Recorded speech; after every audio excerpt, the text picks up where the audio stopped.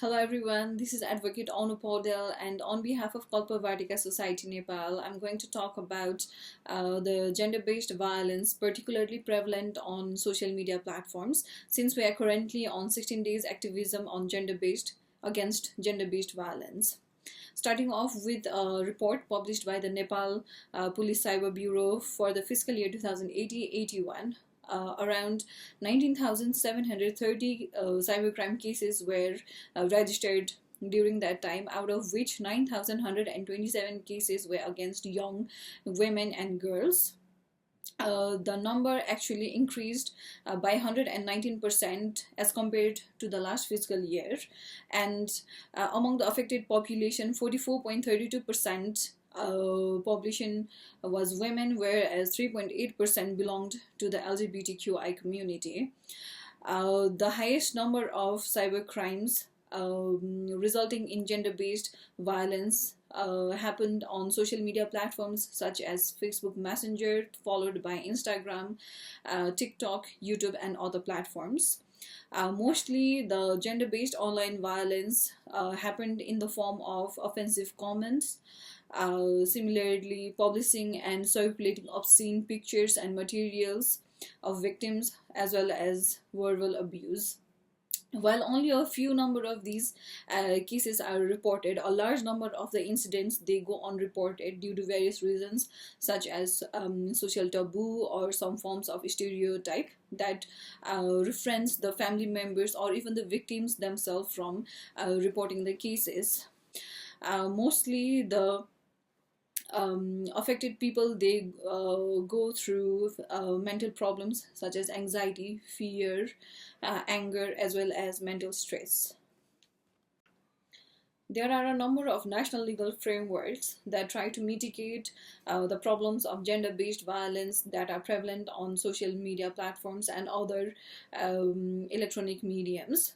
For example, the Constitution of Nepal 2015, it particularly mentions in Article 38 for women and 39 for children about their mental and emotional well-being and prohibition against any form of violence against women, as well as any form of torture against children in these articles. Similarly, the Constitution also provides right to privacy as a fundamental right of an individual that protects a person's privacy as well as their moral and personal character. Similarly, one of the important legal frameworks that we have on cybersecurity at the moment is the Electronic Transactions Act of 2007. However, due to new forms of cyber crimes, there's an urgent need for making a comprehensive cybersecurity act or amending the Electronic Transactions Act. The Electronic Transactions Act, even though it mentions particularly that publishing or circulating obscene materials or any other form of immoral and illegal materials that would jeopardize a person's character or affect them mentally is prohibited, and it can amount to up to 5 years of imprisonment.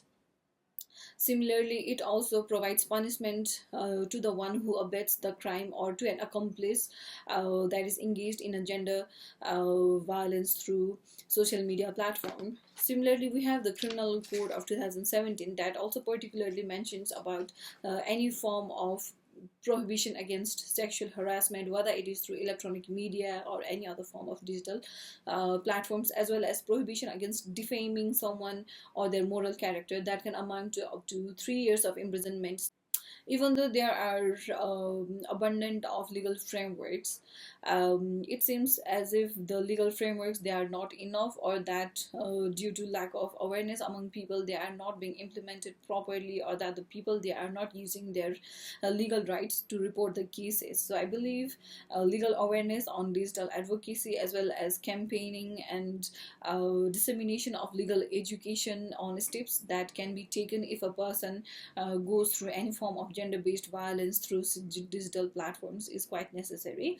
And I also think that the people, they should be mindful of their comments, as well as they should be aware of the consequences of their actions. I think these steps, they are crucial for mitigating the gender-based violence that are particularly prevalent on digital media platforms.